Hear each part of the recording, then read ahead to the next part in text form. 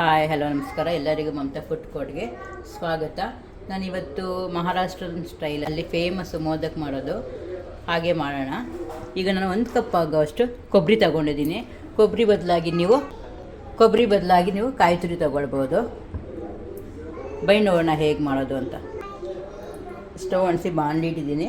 ಬಾಣಲಿಗೆ 1 cup ಆಗುವಷ್ಟು ಬೆಲ್ಲ ತಗೊಂಡಿದ್ದೀನಿ. 1 ಕಪ್ಪು ಕೊಬ್ಬರಿ, 1 ಕಪ್ಪು ಬೆಲ್ಲ. ಈ ಬೆಲ್ಲದ ಪುಡಿ ಇದಕ್ಕೆ ಹಾಕೊಂಬಿಡೋಣ.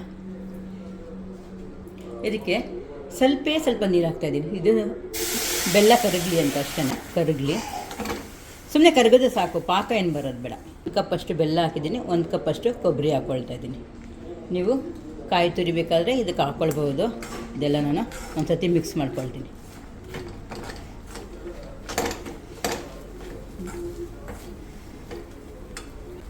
ಇದಕ್ಕೆ 1/4 ಸ್ಪೂನಷ್ಟು ಏಲಕ್ಕಿ ಪುಡಿ ಹಾಕ್ಕೊಳ್ತಾ ಇದ್ದೀನಿ.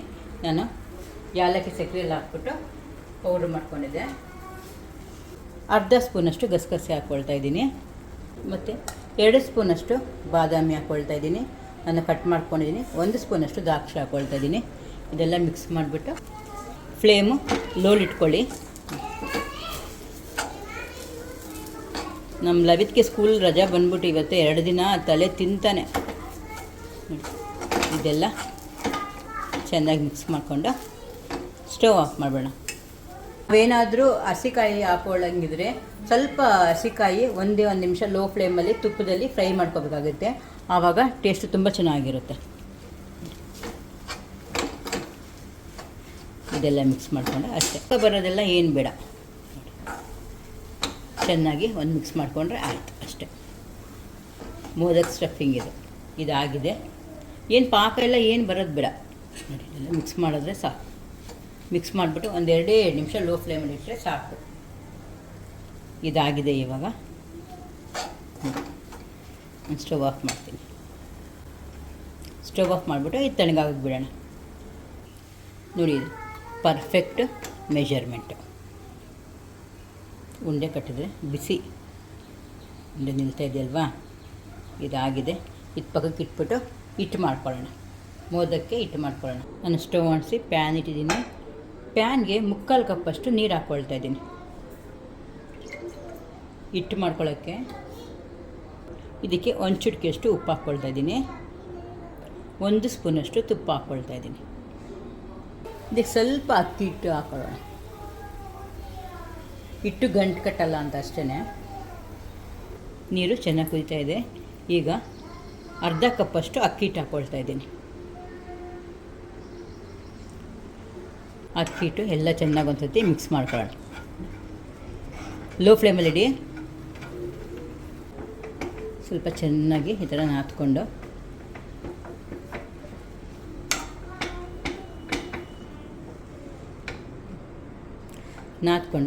ಒಂದು 2 ನಿಮಿಷ ಲಿಡ್ ಮುಚ್ಚಿಬಿಡೋಣ. ಲೋ ಫ್ಲೇಮಲ್ಲಿ ಇಟ್ಟಿದ್ದೀನಿ. 2 ನಿಮಿಷ ಲಿಡ್ ಮುಚ್ಚಿದ್ದೀನಿ. 2 ನಿಮಿಷ ಆಗಿದೆ. ಸ್ಟವ್ ಆಫ್ ಮಾಡೋಣ. ಸ್ಟವ್ ಆಫ್ ಮಾಡಿಬಿಟ್ಟು 1 ನಿಮಿಷ ಹಾಗೆ ಬಿಡೋಣ. ಇದರಲ್ಲಿ ಆ ಬೇಲಿ ಹಾಗೆ ಬಿಡೋಣ. ಈಗ 1 ನಿಮಿಷ ಆಗಿದೆ. ಇದು ಸ್ಲ್ಯಾಬಲ್ಲಿ ಇಟ್ಕೊಳ್ಳೋಣ. ಲಿಡ್ ತೆಗೆದ್ಬಿಟ್ಟು 1 ಕಪ್ ತಗೊಂಡು ಚೆನ್ನಾಗಿ ಈ ಥರ ಸ್ಮ್ಯಾಶ್ ಮಾಡ್ಕೊಳ್ಳಿ. ನಾನು ಸ್ವಲ್ಪ ಮಾಡಿದ್ದೀನಿ ಅಷ್ಟೇ.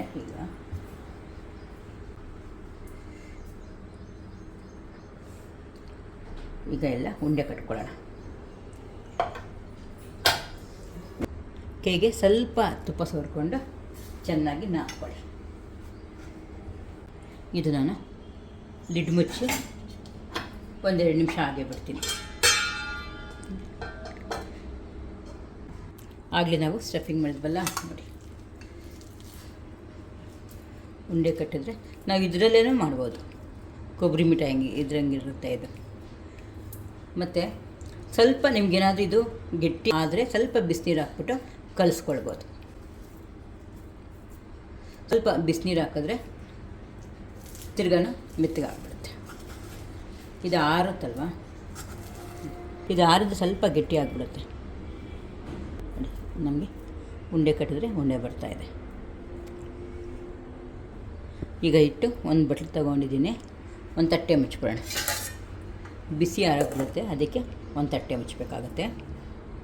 ಇದು ಮೋದಕ್ ಮೋಲ್ಡ್ ತೊಗೊಂಡಿದ್ದೀನಿ ನಾನು. ನೋಡಿ, ಇದು ತೆಗೆದ್ರೆ ಒಂದು ಮೊಳೆ ಕೊಟ್ಟಿರ್ತಾರೆ, ಆ ಮೊಳೆ ತೆಗೆದ್ರೆ ಇದು ಹಿಂಗೆ ಆಗ್ಬಿಡುತ್ತೆ. ಇದಕ್ಕೆ ನಾನು ಸ್ವಲ್ಪ ತುಪ್ಪ ಸೇರ್ಕೊಂಡ್ಬಿಡ್ತೀನಿ ನೋಡಿ ಈ ಮೋಲ್ಡ್ಗೆ. ಮತ್ತು ಒಂದಿಷ್ಟೇ ಇಷ್ಟು ಹಿಟ್ಟು ತಗೊಳ್ತೀನಿ. ಹಿಟ್ಟು 2 ಭಾಗ ಮಾಡ್ಕೊಳ್ತೀನಿ. ಮಾಡಿಕೊಂಡು ಇದರೊಳಗಡೆ ಇಡ್ತೀನಿ. ಇದರೊಳಗಡೆ ಈ ಥರ ಪ್ರೆಸ್ ಮಾಡ್ಕೊಳ್ತೀನಿ.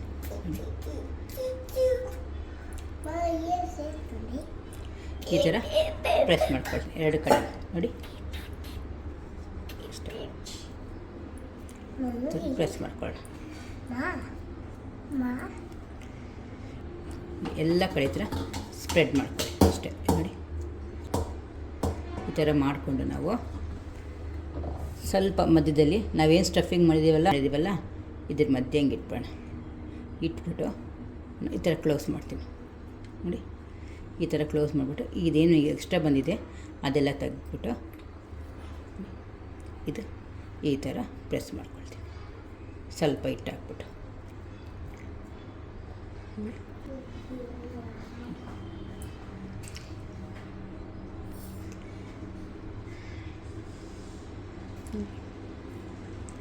ಮೋಲ್ಡ್ ಇದ್ದರೆ ಸಖತ್ತಾಗಿ ಬರುತ್ತೆ ನೋಡಿ. ಎಷ್ಟು ಚೆನ್ನಾಗಿ ಬಂದಿದೆಯಲ್ಲ ನೋಡಿ. ಹಾಗೆ ವಾಪಸ್ ಇಟ್ಟು ಈ ಥರ ಎಲ್ಲ ಕಡೆ ಪ್ರೆಸ್ ಮಾಡ್ಕೊಬೇಡ.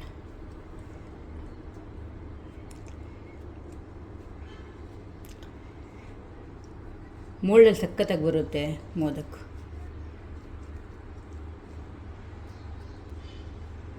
ಎಲ್ಲ ಕಡೆ ಈ ಥರ ಪ್ರೆಸ್ ಮಾಡ್ಕೊಳ್ಳಿ, ಸಣ್ಣದಾಗಿ ಈ ಥರ ಪ್ರೆಸ್ ಮಾಡ್ಕೊಳ್ಳಿ.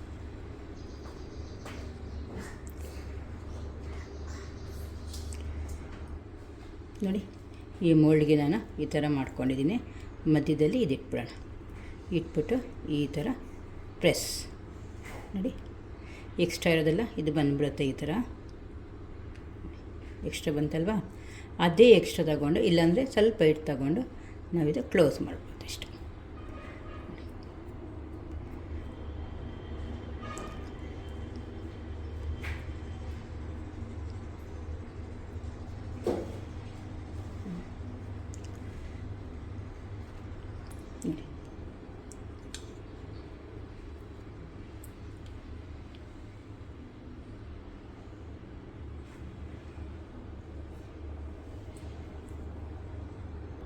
ಈಗ ನಿಮಗೆ ಈ ಹೂರ್ಣದಲ್ಲಿ ಕೂಡ ಮಾಡಿ ತೋರಿಸ್ತೀನಿ ನೋಡಿ.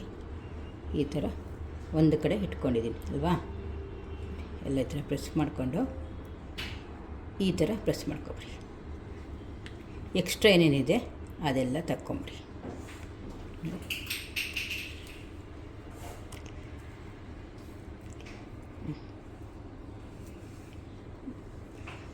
ನೋಡಿ, ಈ ಥರ ಪ್ರೆಸ್ ಮಾಡ್ಕೊಳ್ಳಿ. ಆಮೇಲೆ ಇದು ಓಪನ್ ಮಾಡಿ. ನೋಡಿದ್ರಾ, 2 ಆಯಿತು. ಅದರೊಳಗಡೆ ಸ್ಟಫಿಂಗು ಆಯಿತು, ಮತ್ತು ಮೋದಕ್ ಕೂಡ ಆಯಿತು.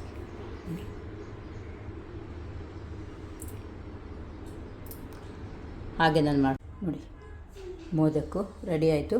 ಆ ಸ್ಟಫಿಂಗಲ್ಲಿ ಕೂಡ ಮೋದಕ್ ಮಾಡಿದ್ದೀನಿ. ಈ ಥರ ಪುಡಿ ಪುಡಿ ಆಗಿಬಿಡುತ್ತೆ. ಬಿಸಿ ಇರಬೇಕಾದ್ರೆ ಸ್ವಲ್ಪ ಮೆತ್ತಗಿರುತ್ತೆ. ಆರ್ತಾ ಏನಾಗುತ್ತೆ ಅಂದರೆ ಗಟ್ಟಿ ಆಗಿಬಿಡುತ್ತೆ. ಆವಾಗ ನೀವು ಒಂದು ತಟ್ಟೆ ಮುಚ್ಚಿಬಿಡಿ ಇದಕ್ಕೆ. ಆದರೆ ಈ ಥರ ಆದರೆ ನೀವು ಸ್ವಲ್ಪ ಬಿಸಿನೀರು ಚಿಮುರಿಸ್ಕೊಳ್ಬೋದು ಇದಕ್ಕೆ. ಇದು ಕರ್ಜಿಕಾಯಿ ಮಾಡ್ತೀವಲ್ಲ ಅದಕ್ಕೂ ಆಗುತ್ತೆ, ಮತ್ತು ಕಡುಬು ಮಾಡ್ತೀವಲ್ಲ ಕಡುಬಿಗೂ ಆಗುತ್ತೆ.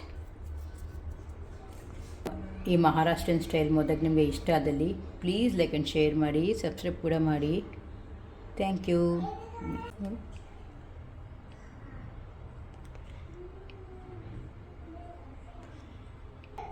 ಇದ್ರ ಮೇಲೆ ನಾವು ಸ್ವಲ್ಪ ತುಪ್ಪ ಹಾಕ್ಕೊಂಡು ತಿಂತಾಯಿದ್ರೆ ತುಂಬ ಚೆನ್ನಾಗಿರುತ್ತೆ.